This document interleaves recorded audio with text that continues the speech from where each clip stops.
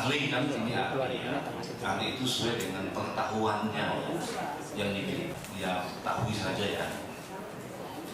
Untuk itu kami persilakan kepada kuasa. Sampaikan kepada saudara ahli bahwa gugatan kami ini hanya mempermasalahkan satunya Joko Widodo sebagaimana versinya Dian Sandi itu. Jadi spesimen itu yang kita masalahkan. Jadi gugatan ini tidak mempermasalahkan. Kalau boleh di persidangan ini mengetahui, saudara ini dihadirkan sebagai ahli. Ahli apa, saudara? Saya punya 3 keahlian. Pertama adalah sebagai dokter saya memiliki keahlian sebagai ahli medis. Kedua, dalam pendidikan S2 saya memiliki bidang epidemiologi perilaku. Kemudian yang Dapat ya? Dapat. Apa itu? Saudara ahli, saudara lihat pada foto sebelah, pada foto ijazah tersebut. Menurut keahlian saudara sebagai dokter itu kira-kira foto tahun apa umur berapa? baik ya, kalau menilai usia dari foto ini bukan kompetensi saya. Karena ini bidang telematika dan bidang digital forensik. Tentu saja 2 ahli sebelumnya sudah mengatakan. Nah, keahlian saya adalah pada bidang benda hidup dari ijazah ini ya. Jadi ijazah ini ada 2 komponen sebetulnya. Satu komponen benda mati yaitu ijazah itu sendiri. Kedua adalah komponen benda hidup yaitu manusia yang memiliki ijazah. Di mana tertera foto di sini. Nah, pada soal foto inilah menjadi keahlian saya. Ya. Ada 3 keahlian yang saya gunakan untuk melakukan analisis pengkajian terhadap foto ini. Karena masyarakat dan tentu saja pada sidang ini perlu tahu apakah foto ini pertama otentik merupakan foto dari seseorang yang bernama Joko Widodo yang mana namanya tertera di ijazah ini, dan apakah yang bersangkutan ini adalah otentik seseorang bernama Joko Widodo yang kita permasalahkan, yaitu yang menjadi mantan Presiden ke-7 Republik Indonesia. Jadi di sini saya membuat hipotesis. Hipotesis saya hipotesis 0 dan hipotesis 1 mengenai foto ini. Hipotesis 0 adalah bahwa foto yang ada pada ijazah yang diupload oleh Dian Sandi ini adalah foto yang sama dengan mantan Presiden ke-7 Joko Widodo. H0 ya, hipotesis 0. H1, foto yang ada pada ijazah dengan nama Joko Widodo tidak sama dengan foto yang dimiliki oleh mantan Presiden ke-7 Joko Widodo. Nah, untuk itu maka saya mohon izin yang mulia majelis untuk menyampaikan slide. Ya, sebelum sampai situ ya. Okay. Belum sampai situ. Baik, mohon izin yang mulia untuk supaya jelas saya membutuhkan slide. Ya, ada saya siapkan. Tidak disiapkan. Ya, silakan ada foto-foto yang ada pada ijazah ini dengan foto-foto dari Presiden mantan. Kita menggunakan 2 ilmu, 2 metode. Yang pertama yaitu Facial Action Coding System atau FACS. Ya. Ini ilmu tua, ditemukan pertama kali di tahun 1908. Epidemiologi itu adalah ilmu matematikanya kedokteran. Ilmu yang bertanggung jawab untuk menentukan akurasi dari sebuah fenomena yang ada. Dan fenomena itu kemudian diwujudkan dengan angka. Ketika tiba angka, maka sudah sulit untuk dilakukan subjektivitas di situ. Jadi saya membutuhkan kedua ilmu itu agar saya menjauh dari analisis saya, sehingga yang keluar itu adalah hasil dari Facial Action Coding System itu sendiri dan keluar dari matematika model Bayesian Monte Carlo. Jadi saya berlepas diri sehingga hasilnya apapun itu objektif. Mohon untuk lanjut apa? Dengan anatomi. Nah, ya ini sampai dulu. Ya. Jadi ada ya yang ada ini dalam bentuk digital itu menunjukkan sebuah foto harus dilakukan penajaman terhadap foto ini. Oleh karena itu maka saya menggunakan teknologi untuk menghilangkan noise ya, noises atau bayang-bayang atau kabut ya, ada fog, ada noise dan sebagainya, sehingga kemudian muncul foto yang lebih clear yang ada yaitu pada foto sebelah kanan. Ya, jadi ini berbasis teknologi. Kemudian sebelum saya menggunakan foto hasil dari teknologi ini, terlebih dahulu saya akurasi dulu. Saya kurasi dulu dengan penghitungan matematika. Sebab kita tidak boleh begitu saja langsung menggunakan foto berbasis teknologi. Kita harus melakukan akurasi dulu. Maka saya lakukan akurasi. Lanjut slide-nya. Ini foto saya jadikan sebagai pegangan, ya. Foto yang sebelah kanan, bukan foto yang kabur. Nah, ini ya. Jadi foto ini tidak bisa serta-merta dipakai untuk melakukan analisis, tetapi harus diuji enhancement teknologi terhadap foto pada ijazah yang diupload oleh Dian Sani ini. Maka hasilnya bahwa aku lakukan enhancement terhadap foto ini 93%. Dengan 93% maka kita bisa gunakan foto hasil dari teknologi tersebut untuk melakukan uji komparasi terhadap foto-foto yang saya temukan, yaitu foto-foto dari mantan Presiden Joko Widodo. Lanjut. Lanjut ya. Baik, lanjut slide-nya. Saya mencari spesimen foto Pak Jokowi tidak lebih perbedaan usia 20 tahun dengan foto yang ada di ijazah. Dengan asumsi bahwa nama Joko Widodo yang memiliki ijazah ini ya lulus di tahun 1985, berarti kisaran usianya antara 24 sampai 25 tahun. Maka saya harus mencari foto yang kurang lebih mendekati. Ternyata hasilnya dari ratusan foto yang diklaim sebagai foto dari Pak Joko Widodo mantan presiden, sulit sekali mendapatkan foto yang kurang lebih usianya sama. Karena ternyatanya ini tidak saya ungkapkan pada sidang ini karena tidak terlalu relevan. Tapi saya perlu sampaikan yang mulia bahwa foto-foto yang kisaran usianya 24-25 tahun itu bukan foto dari Pak Joko Widodo. Jadi banyak di internet atau di media itu mengatakan ini Pak Joko Widodo, Pak Joko Widodo. Ternyata setelah saya akurasi, ternyata itu bukan fotonya Pak Joko Widodo. Jadi banyak foto yang diklaim sebagai fotonya Pak Joko. Nah, termudah yang saya temukan adalah 4 spesimen ini, di mana menurut perhitungan matematika kisaran usia dari foto-foto ini antara 39 tahun hingga 42 tahun. Artinya dengan matematika model, ketika kita komparasi antara foto yang kurang lebih berusia yang bersangkutan dengan foto itu berusia sekitar 25 tahun, maka kita masih diizinkan oleh matematika untuk mengkomparasikannya dengan foto yang usianya sekitar 15 tahun. Hayat ya, tidak akan berubah karena usia. Berkaitan dengan struktur anatomi morfologi dari tulang. Ya. Distance supaya persidangan juga bisa mencatat dengan deskripsi keahlian.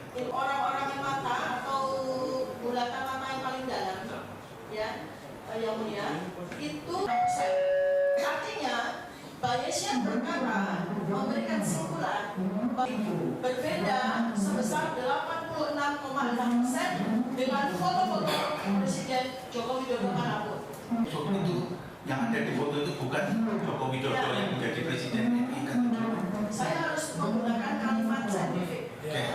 Tadi saya sudah membuat hipotesis 0 dan hipotesis 1. Hipotesis 0 mengatakan bahwa foto yang ada pada ijazah seseorang bernama Joko Widodo sama dengan foto dari mantan Presiden Joko Widodo. Ternyata Bayesian membuktikan sebaliknya. Bayesian membuktikan bahwa ada perbedaan sebesar 86,6%. Dari sini disimpulkan bahwa H0 atau hipotesis 0 patah. Yang tegak adalah hipotesis 1 secara saintifik. Artinya bahwa foto yang ada pada ijazah Joko Widodo berbeda sebesar 86,6% dengan foto-foto mantan Presiden Joko Widodo dengan Bayesian model garis. Jadi bukan berarti valid Bayesian. Tadi kan saya menggunakan foto usia kurang lebih sekitar jarak 4 tahun dan 3 foto usia sudah tahu. Ya, kan 15 tahun. Itu tidak saya kendalikan, aging itu saya kendalikan. ijazah ini dengan kuliah, kepakaian jurusan apa dan sebagainya, maka bisa saja akan agak pudar gitu. Misalnya, tapi ingatan-ingatan yang benar-benar bersifat biografis tidak akan pernah bisa hapus. Jadi dengan perhitungan Bayesian matematika model, bagaimana epidemiologi yang ya, dari terbuka 2, terbuka 3 dan terbuka 1. Saudara saksi ahli tadi menyampaikan bahwa di CV secara singkatnya itu adalah kandidat mungkin bisa disampaikan. saya sudah sangat jelas. Kemudian yang kedua adalah saya menolak menjawab karena Anda tidak bersedia saya di sini hadir sebagai ahli. Beda-beda. Oh, beda. Tugas Oh, ini lain. Oke. Lain. Anda tidak keberatan dengan kehadiran saya? Tidak. Kami tidak keberatan. Oh, baik. Ya, seperti yang tadi saya juga sampaikan yang mulia, saya saat ini adalah kandidat doktor bidang 2 bidang ilmu, yang pertama adalah ilmu kedokteran di Fakultas Kedokteran Universitas Indonesia tentang neuroscience behavior, dan yang kedua saya juga menjadi kandidat doktor pada bidang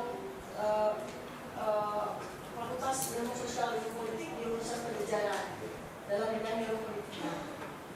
Kedua ilmu yang diametral itu saat ini saya gabungkan menjadi sebuah ilmu baru yang disebut sebagai neuropolitika. Oleh karena itu maka saya harus belajar di Fakultas Kedokteran dalam bidang neuroscience, dalam bidang ilmu otaknya.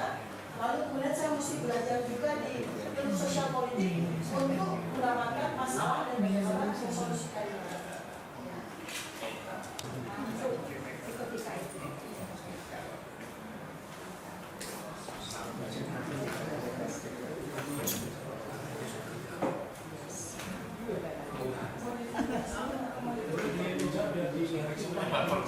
Pertanyaannya apa tadi? Saya Iya, jadi mulia kalau kami fungsinya sebagai peneliti itu ada jurnal Scopus yang terindeks Scopus, sehingga nanti bisa dicek kemudian di di Scopus di website seperti itu. Cuma pertanyaan kami itu sederhana, kalau memang saksi ahli sebagai peneliti dari menyatakan sebagai peneliti, apakah kami bisa kemudian untuk mengecek itu di data-data di website yang terindeks Scopus? Jadi pertanyaannya pernah terbitan di Scopus. Silakan. Jadi membutuhkan kalian yang bermuat di Scopus, ya, atau pada jurnal-jurnal yang terindeks HI, terindeks U1, T2, T3, T4 itu. Satu kalau di Indonesia, ini adalah orang-orang yang membutuhkan PUM untuk kenaikan pangkat, ya. Itu dia punya kewajiban untuk itu. Saya sudah melampaui itu, Mas. Pak, saya posisi saya ini sudah jadi gurunya orang-orang yang membutuhkan jurnal-jurnal itu. Ya, karena itu maka saya sudah beranjak.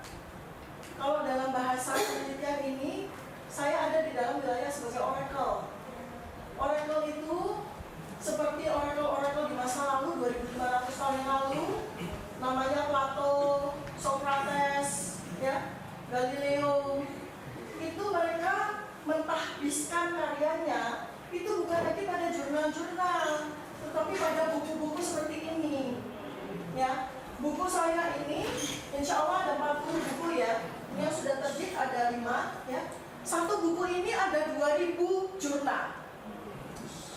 Satu buku ini ada 2000 jurnal. Kalau seandainya satu buku ini kalau mau diterbitkan dalam jurnal itu bisa 2000 jurnal. Ya, jadi tidak penting untuk seseorang seperti saya itu menerbitkan jurnal lagi. Saya tidak butuh pun. Yang sekarang ini saya butuhkan adalah saya mengajar, saya membagi ilmu saya. Ya, itu ya Mas. Jadi supaya Mas Pak. Sehubungan dengan tadi metodologi pembandingan tadi bacaan facts ya. Facts dilakukan dengan metode mungkin sampainya saja untuk saya tadi lupa. Kalau teknisnya yang saudara ahli lakukan itu dalam menggunakan facts, itu apakah itu saudara ahli kemudian mencari data tentang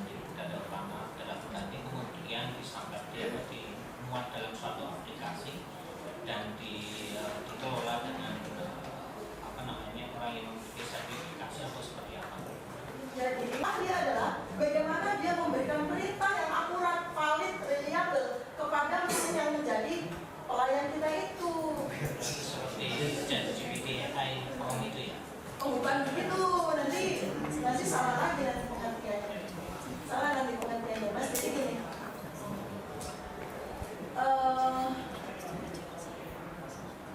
pakai analogi ya. Sebetulnya ini kan permainan yang sangat sederhana sebenarnya, tapi kalau tidak memahami analogi agak susah juga. Intinya adalah kita ini sangat berhubungan dengan teknologi sekarang.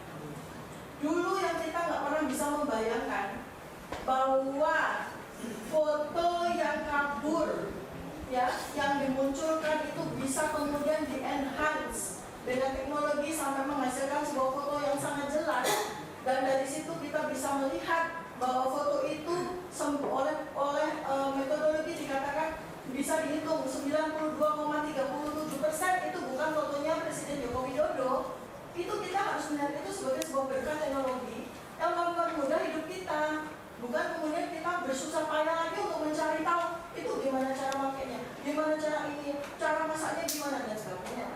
Nanti kita ketinggalan 1000 tahun. Baik, Saudara Ali, terusnya kami ingin menanyakan mengenai salah satu slide yang Saudara sampaikan. Oh ya, ini yang disampaikan pas itu.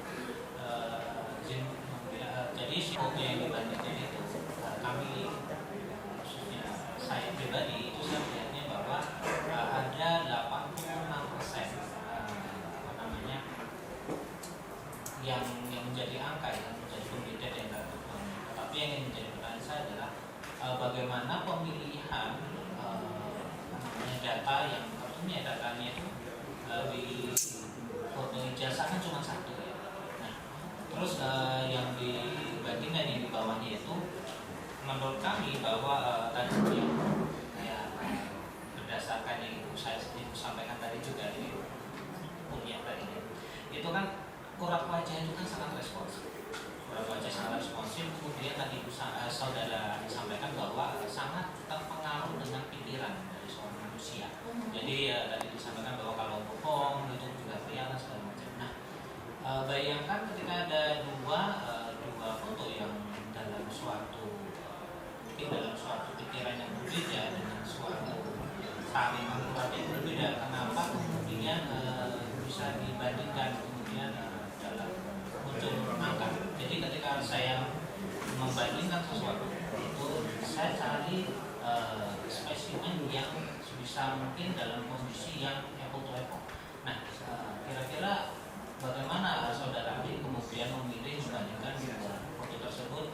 Yang satu fotonya form yang di atas itu seperti orang foto wisuda atau foto kantor itu, yang satu lagi mungkin itu kalau saya melihatnya sedang dalam proses memberikan sesuatu, yaitu sedang berbicara atau dalam nah itu kan tarian ininya berbeda, kemudian dan sangat memungkinkan untuk berbeda juga mengenali jumlah dari kira-kira penjelasan seperti apa? Pak, tadi saya sudah berjam-jam menjelaskan dan Anda kemudian mempertanyakan dan pertanyaan sangat awam gitu loh. Dan berdasarkan semua itu berdasarkan presumption bukan assumption ya. Presumption, jadi wajah kan tadi saya sudah jelaskan. Mungkin di wajah, namanya ya ini itu. Iya 92,37% Mas. Beda. Jawab nggak usah jawab. Saya udah jawab tadi ya. Bukan saya jawab, saya jelaskan dengan sangat pelan-pelan.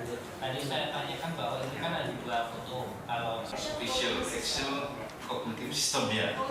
Coding. Pokoknya di dalam coding tadi kan ada yang namanya A1, A1,5. Itu apa maksudnya itu kan? Ya. Ada tipe kan ada sampai dengan 12 yang ada. Ya, silakan. Jadi bisa dilihat supaya jelas. Ya. Kenapa disebut AU setengah satu? Nah, silakan. Di slide tadi ya. Ada dan slide. Baiklah, pakai slide. Ya. Terima kasih. Ya. Kasih slide.